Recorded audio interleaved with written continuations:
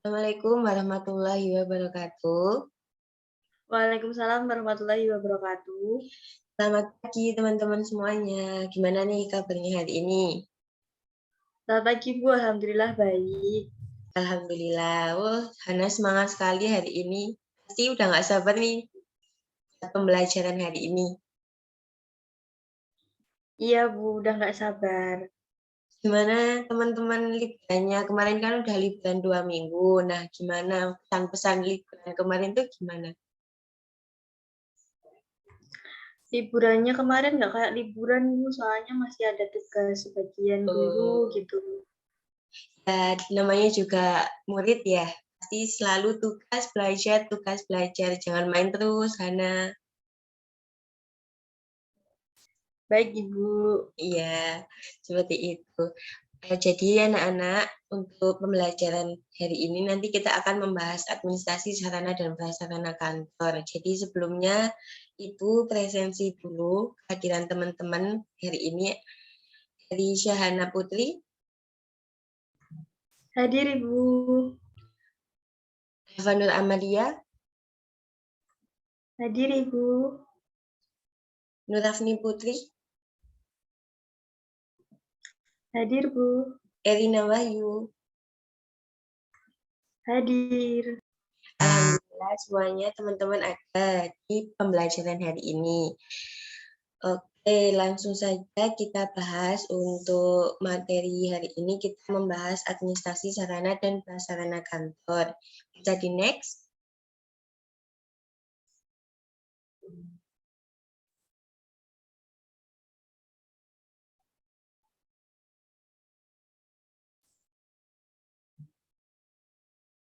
Nah, untuk pembahasan hari ini ada 3 poin yang harus teman-teman pahami. Jadi tujuan pembelajaran kita hari ini adalah tentang pengertian administrasi sarana dan prasarana kantor. Kemudian ada ruang lingkup sarana dan prasarana. Selanjutnya lagi ada proses administrasi sarana dan prasarana. Jadi teman-teman harus memahami 3 poin utama dari pembahasan kita di pagi hari ini. Oke, selanjutnya.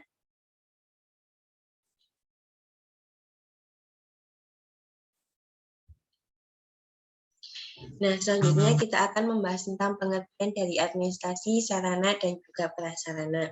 Mungkin dari teman-teman ada yang bisa membantu Ibu apa itu administrasi, pengertiannya itu seperti apa.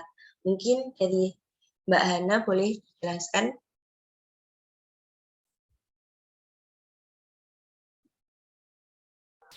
Iya Bu, saya bisa. Untuk administrasi itu secara sempit dapat diartikan sebagai bentuk aktivitas yang meliputi catat-mencatat, surat-menyurat, pembuktian sederhana, ketik-mengetik, dan kegiatan lain yang sifatnya teknis ketatausahaan, Bu. Oke, baik. Menurut Mbak Syahana ini, administrasi merupakan kegiatan catat-mencatat, kegiatan pembukaan dari sebuah aktivitas gitu ya, Mbak Hana. Oke, selanjutnya ada sarana dan prasarana. Jadi sebenarnya administrasi ini merupakan administrasi sarana ini merupakan dua hal yang saling menunjang. Jadi sarana itu merupakan alat yang digunakan untuk melancarkan atau memudahkan manusia dalam melaksanakan aktivitas tertentu. Kemudian prasarana ini adalah proses atau yang menunjang dari kegiatan sarana ini agar dapat dilakukan dengan baik dan benar. Bisa di next, kemudian.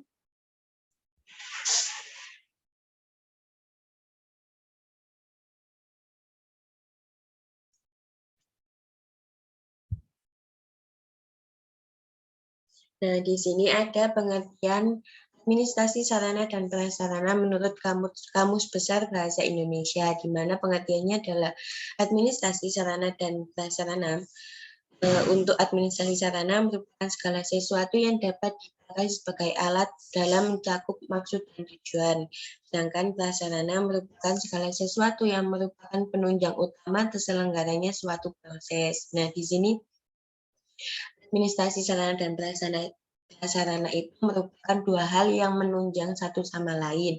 Namun jika salah satu tidak ada, maka salah satunya ini masih dapat berjalan sebagaimana mestinya, meskipun tidak maksimal ketika dua ini tuh berjalan bersama.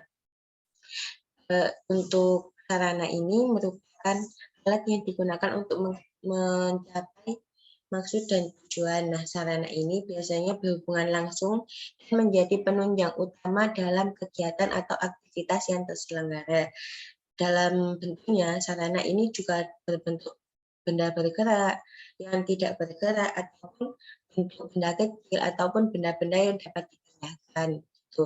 Kemudian untuk prasarananya ini merupakan segala sesuatu yang menunjang dari aktivitas dari prasarana, baik itu secara tidak langsung maupun secara langsung. Nah, umumnya untuk prasarana ini dimiliki atau dibangun oleh organisasi dalam bentuk benda tidak bergerak. Secara contohnya itu kalau misalkan kita belajar prasarana adalah ruang olahraga, sedangkan sarananya itu ada bola basket, ada tribun, ada kursi, meja, kemudian ring, dan lain sebagainya. Kalau misalkan di kelas itu sarananya kelas, kalau sarananya itu ada papan tulis, meja, kursi, dan lain sebagainya. Kalau misalkan dari pengertian ini ada yang ditanyakan nggak?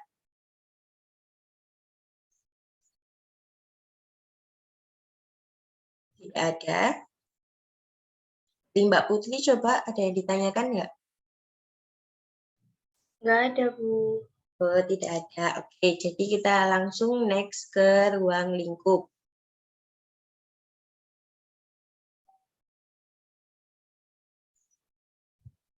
Bisa di next.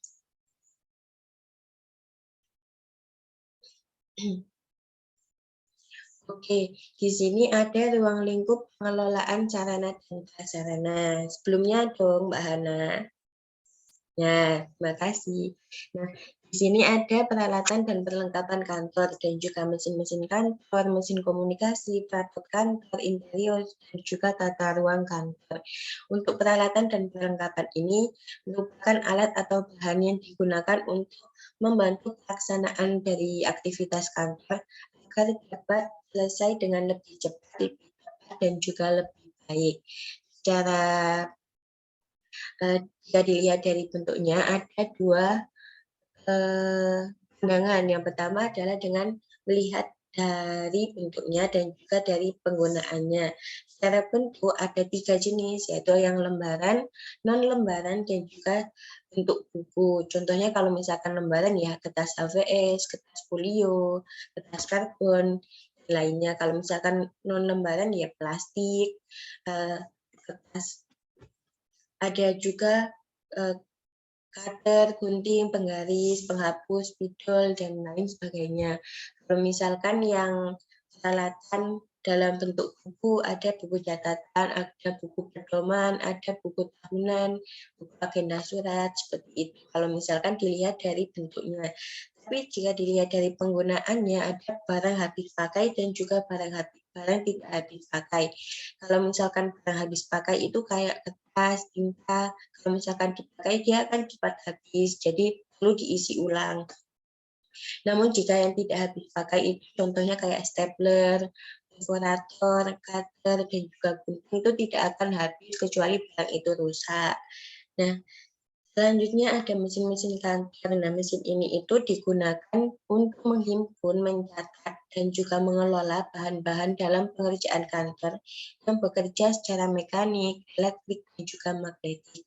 Contohnya ya kayak komputer, laptop, PCB, mesin tik manual, dan juga elektrik. Selanjutnya ada mesin komunikasi.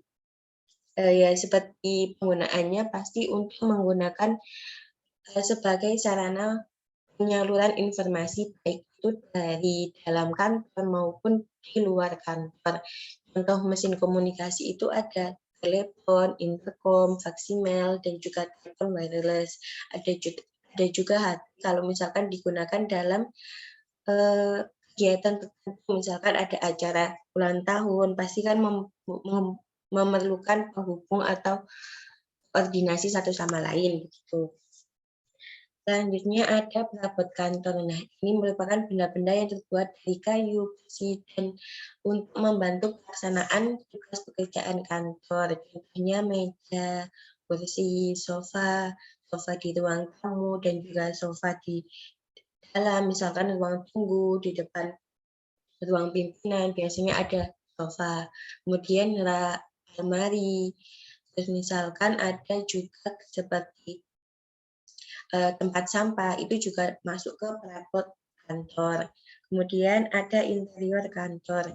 Ini merupakan benda-benda kantor yang digunakan untuk menambah suasana jadi lebih menyenangkan, sehingga pegawai itu bisa lebih bersemangat lagi dalam menyelesaikan aktivitasnya. Contohnya seperti gambar presiden, wakil presiden, gambar Pancasila, kemudian ada vas, ada lukisan, gambar struktur organisasi, kemudian tanaman, dinding juga itu masuk ke dalam interior kantor. Selanjutnya ada tata ruang kantor, dan dalam kantor ini digunakan sebagai alat-alat dan perabot yang sesuai dengan luas lantai dan ruang kantor yang tersedia sehingga memberikan kepuasan dan kenyamanan kepada pegawai. Fungsinya ini adalah untuk memberikan memberikan motivasi, memberikan semangat, karena kalau misalkan ruangannya itu kotor, ruangannya tidak terang atau cahayanya itu tidak cukup, maka pegawai juga akan merasa lelah atau merasa bosan dalam pekerjaannya. Selanjutnya ada fungsi dari sarana-prasarana yang digunakan dalam tata ruang kantor. Yang pertama ada mempercepat proses pekerjaan dan memudahkan pengguna untuk melakukan pekerjaan secara efisien dan efektif. Kemudian hasil yang dikerjakan pegawai akan lebih berkualitas sesuai dengan kebutuhan dari pekerjaan itu sendiri. Selanjutnya menciptakan rasa puas kepada pengguna atau pegawai, teman-teman.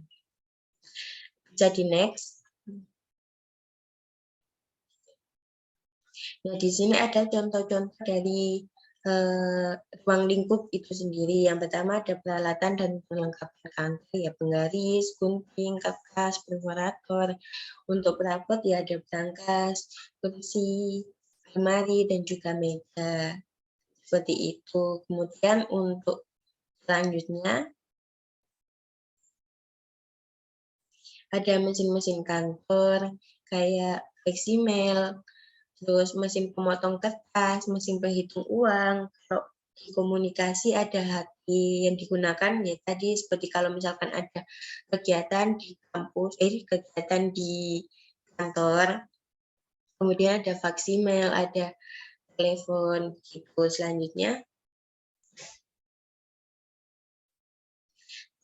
untuk interior kantor ya ini ada mungkin kayak minimalis, kayak tradisional. Kalau untuk tata letak itu biasanya kalau untuk pegawai digunakan lebih terbuka, tapi untuk pimpinan itu lebih tertutup. Karena kalau misalkan pembahasan yang dibahas oleh pimpinan itu biasanya bersifat privacy. Jadi untuk informasinya tidak boleh bocor sehingga dikasih penyekat gitu. Kalau misalkan pegawai itu biasanya dibuat tanpa sekat karena mereka dituntut untuk lebih berkolaborasi antar pegawai atau antar sesama seperti itu. Kemudian dari ruang lingkup ada yang ditanyakan.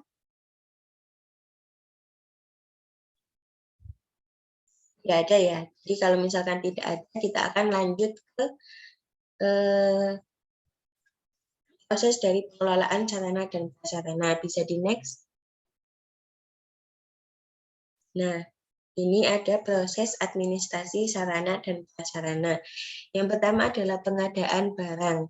Di sini kegiatan ini menunjang pelaksanaan tugas dalam mengadakan sarana dan prasarana. Sehingga dalam pelaksanaannya harus terdapat perencanaan terlebih dahulu, mengingat kalau misalkan tidak ada perencanaan, jika ada barang yang hilang, itu kita aware atau tidak tahu kalau misalkan ada barang yang hilang. Jadi kalau misalkan perencanaan ini dibuat diskusi dahulu bisa, terus misalkan dibuat list-listan atau seperti apa itu juga bisa. Jadi harus ada kegiatan selanjutnya itu seperti apa, harus ada rancangannya. Kemudian yang kedua ada penyimpanan. Nah, penyimpanan ini dilakukan oleh satuan kerja yang atau satuan petugas gudang yang biasanya untuk menampung hasil pengadaan barang atau bahan kantor, baik itu berasal dari pembelian, instansi lain, atau yang diperoleh dari bantuan. Nah, penyimpanan ini biasanya dilakukan di gudang ataupun di lemari-lemari itu harus ada catatannya. Kemudian yang ketiga, selanjutnya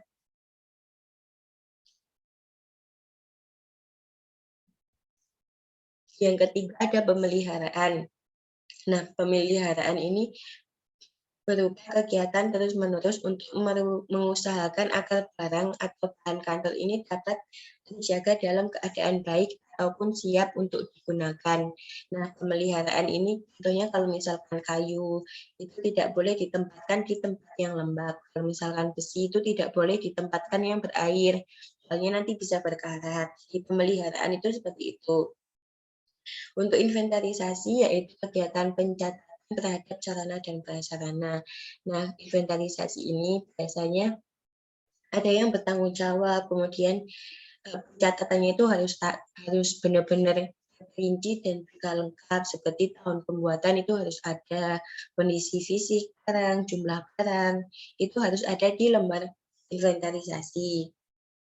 Selanjutnya ada laporan kegiatan. Laporan ini bertujuan untuk melaporkan keadaan sarana dan prasarana kantor, baik kesediaan, mutasi, maupun keadaan fisik dari sarana dan prasarana dalam periode tertentu. Nah, periodenya ini biasanya tergantung dari perusahaan itu. Misalkan ada yang buat pencatatannya itu 3 bulan sekali, ada yang 1 bulan sekali, ada yang bahkan 1 tahun sekali itu juga ada. Nah, laporan ini biasanya dibuat dengan disetujui oleh pimpinan dan juga ditanggung jawab oleh penyusun dari laporan ini. Misalkan tim-timnya itu seperti apa, timnya siapa saja itu harus lengkap. Jadi di laporan itu harus ada semua catatan penting dari mutasi maupun barang masuk, dan keadaan fisik barang itu seperti apa. Nah, di sini untuk pembahasannya cukup sampai di sini ya. Jadi tadi sudah ada pembahasan dari proses, pengertian, dan juga ruang lingkup. Dari ruang lingkup ada yang ditanyakan mungkin Mbak Hana?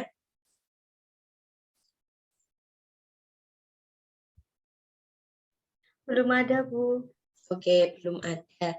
Nah, selanjutnya ini adalah yang paling ditunggu-tunggu oleh teman-teman. Coba di next.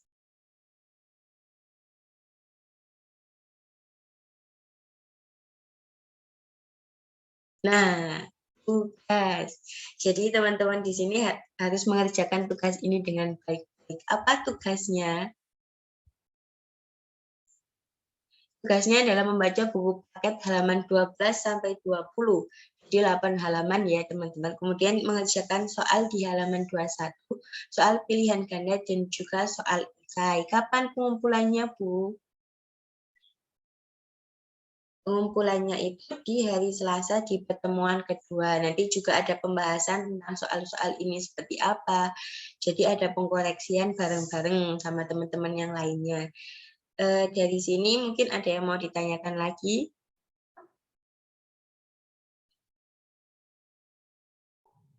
Enggak, Bu. Oh, tidak ada. Jadi saya paham ya semuanya untuk tugas dan juga pembahasan hari ini. Kemudian kita akan membuat kesimpulan. Nah, kesimpulannya itu tadi dari pengertian, ada proses, ada juga ruang lingkup. Itu pengertiannya adalah untuk pengertian, administrasi ini merupakan salah satu penunjang dari kegiatan di organisasi ataupun di perusahaan. Nah, untuk menunjang ini perlu adanya pengadaan, perlu pemeliharaan seperti yang ada di proses tadi. Nah, ruang lingkupnya juga ada peralatan dan perlengkapan, ada juga interior kantor, kemudian ada juga mesin-mesin. Nah, seperti itu kesimpulan kita di pertemuan hari ini. Jika tidak ada yang ditanyakan untuk mata pelajaran hari ini, kita cukupkan sampai di sini dengan membacakan hamdalah. Alhamdulillahirabbil alamin. Semoga semua pembahasan ini dapat diterima dengan baik oleh teman-teman semuanya. Terima kasih. Saya tutup. Wassalamualaikum warahmatullahi wabarakatuh. Waalaikumsalam warahmatullahi wabarakatuh. Makasih, Iya, Bu. terima kasih teman-teman.